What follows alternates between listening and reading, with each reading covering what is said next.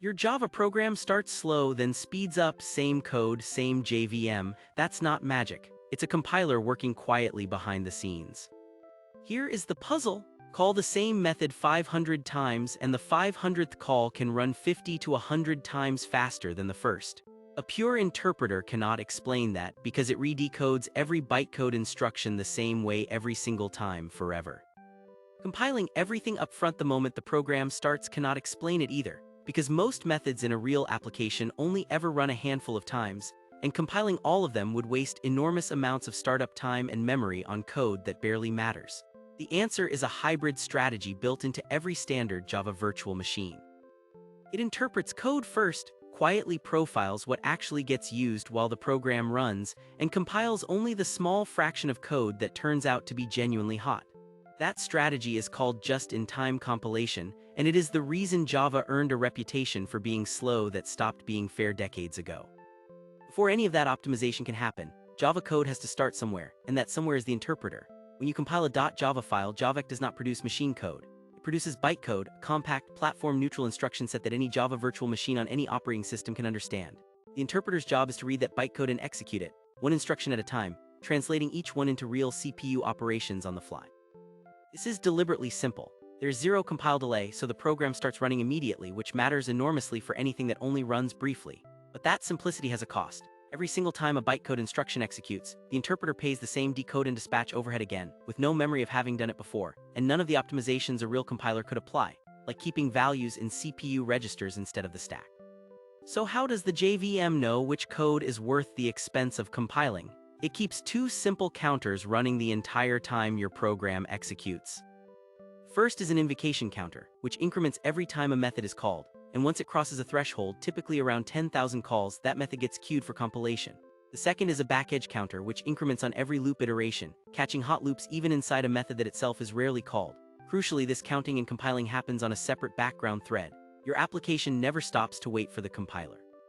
The interpreter keeps executing the method exactly as before, and only once a compiled version is actually ready does the JVM start using it for future calls. So compilation is pure upside with essentially no pause the user would ever notice.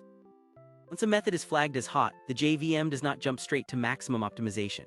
It climbs a ladder called tiered compilation. C1, the client compiler, kicks in first. It compiles quickly with modest optimization, mainly to escape interpreter overhead as fast as possible, and it quietly attaches profiling instrumentation of its own as it runs. If a method keeps getting hotter, C2, the server compiler, takes over. C2 is dramatically slower to compile but performs deep, aggressive optimization using the profiling data C1 already gathered, and it is reserved only for code that has proven, over real execution, that the investment is worth it. This staged approach means the JVM never gambles expensive optimization on a guess. It only spends serious compile time on code that has already earned it by running enough to matter. Once C2 is working on a hot method, it starts deleting work outright. Method inlining copies a small, frequently called method's body directly into its caller, eliminating the call and return overhead completely. And just as importantly, it lets the compiler optimize straight across what used to be a function boundary. A getter that once cost a stack frame can collapse into a single register read, repeated millions of times inside a loop. Escape analysis goes even further. If the compiler can prove that a newly created object never leaves the current method or thread, it can skip heap allocation entirely, keeping the object's fields in registers or on the stack instead. No allocation, no extra garbage collection pressure, and in the best cases, the object effectively stops existing as a real memory allocation at all. There's one case tiered compilation alone cannot handle well: a method that is called only once but contains one enormous loop, like a data processing job or a simulation. Its invocation counter never crosses the threshold, because it was only ever called a single time. This is exactly what the backedge counter and on-stack replacement solve together. As that one giant loop keeps iterating, its own backedge counter climbs independently, and eventually crosses its threshold mid-execution.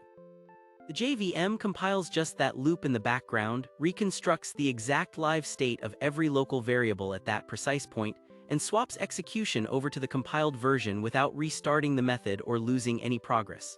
The loop simply keeps counting, just dramatically faster from that iteration onward. C2's most aggressive optimizations rely on a calculated gamble. If a particular call site has only ever seen one concrete type show up in practice, the compiler can bet that it always will skip virtual dispatch entirely and emit code specialized for exactly that type. Most of the time that bet pays off completely. But if a new type ever does reach that call site, the JVM hits what is called an uncommon trap. It immediately deoptimizes, falling safely back to the interpreter for that method, and may later recompile a more general, less specialized version once behavior stabilizes again. This safety net is precisely what makes the aggressive bet possible in the first place. A compiler that could never retreat would never dare to speculate this boldly, so deoptimization is not a flaw in the system, it is the feature that makes the whole strategy safe. This is also why naive Java benchmarks can be so misleading. Measuring a program for its first 2 seconds mostly measures the interpreter, not your algorithm, which is why proper benchmarking tools deliberately discard warm-up iterations and only report the steady state once the JVM has finished climbing from interpreted execution through C1 and up to fully optimized C2 code. That climb is exactly the curve you see traced out here, throughput rising in visible stages as the runtime hands more and more of your program over to increasingly optimized native code. Interpret first, profile constantly, and compile only what earns it. That is the entire idea behind why Java gets faster while it is running. Thanks for watching.